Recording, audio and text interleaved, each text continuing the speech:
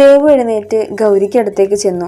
എന്താടി ഉണ്ടക്കണ്ണി, നീ ഇപ്പോഴും ആ ചാറ്റൽ മഴയും കൊണ്ട് ആ കാശിയെയും രാമേശ്വരത്തെയും ഓർത്തിരിക്കുവാണോ? ഏയ്, ഞാൻ ചുമ്മാ. ദേവു മുഖത്തേക്ക് നോക്കാതെ പറഞ്ഞു. എൻ്റെ പൊന്നു പെണ്ണെ, അത്രയും ആൾക്കാരുടെ മുന്നിൽ വെച്ച് നിന്നെ നാണം കെടുത്തിയത് നീ മറന്നോ? അല്ലെങ്കിലും നിനക്കതൊന്നും കിട്ടിയാൽ പോരാ. വർഷങ്ങൾക്ക് മുമ്പ് തകർന്ന വൺ സൈഡ് ലവ് ഓർത്തിരിക്കുക പൊട്ടിക്കാളി. കപട ദേഷ്യത്തോടെ കയ്യിലുള്ള തൂക്കുപാത്രം ദേവുവിനെ ഏൽപ്പിച്ചു ഗൗരി അവളെ ചേർത്ത് പിടിച്ചു.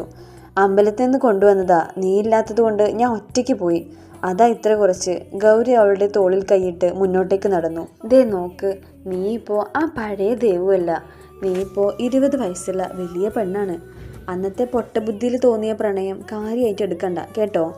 ദേവു തലയാട്ടി സമ്മതിച്ചു. ഇനി അടുത്ത ചാറ്റൽ മഴ വരെ എൻ്റെ ദേവു ചേച്ചി ഓർക്കില്ല, അല്ലേ ദേവു ചേച്ചി? മായ പായസപാത്രവുമായി അടുക്കളയിലേക്ക് ഓടി. സൗഹൃദത്തിൻ്റെ താങ്ങ്. എൻ്റെ ദേവു, നീ മറക്കതെല്ലാം. പഴയ കാര്യങ്ങളല്ലേ, അവരൊക്കെ പണത്തിന് മീതെ ഉറങ്ങുന്നവരാ.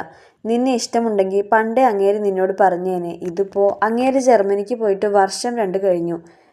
അവിടെയാണെങ്കിൽ കാണാൻ നല്ല അടിപൊളി മദാന്മാരും ഉണ്ടാവും. അപ്പോഴാ ഈ ഓടം കയറാൻ മൂലയിൽ കിടക്കുന്ന നീ. ഗൗരിയുടെ വാക്കുകളിൽ വിഷമം കലർന്നിരുന്നു. ശരിയാ, ഞാനെല്ലാം അന്നേ ഒഴിവാക്കേണ്ടതായിരുന്നു, ദേവു പതിഞ്ഞ സ്വരത്തിൽ പറഞ്ഞു. അപ്പോൾ ആ ഇഷ്ടം ഇപ്പോഴുണ്ട് അല്ലേ ദേവു? അവൾ വീണ്ടും തലയാട്ടി സമ്മതിച്ചു. ഞാൻ നിന്റെ ബെസ്റ്റ് ഫ്രണ്ടല്ലേ, നീ എന്നെ തൊട്ട് സത്യം ചെയ്യ് ഇനി അവനെ ഓർക്കില്ല എന്ന്. അത് പറഞ്ഞു തീർന്നതും ഗൗരി കൈകളെടുത്ത് അവളുടെ തലയിൽ തൊട്ടു. പെട്ടെന്നുള്ള ഗൗരിയുടെ പ്രവൃത്തിയിൽ ദേവു ഒന്ന് ഭയന്നു. ഗായു, അറിയാതെ ദേവു വിളിച്ചു. എന്തേ, പറ്റില്ലേ? അവളുടെ തല താഴ്ന്നു. ദേവു, വേണ്ടടി, അവരൊക്കെ പണക്കാരാ.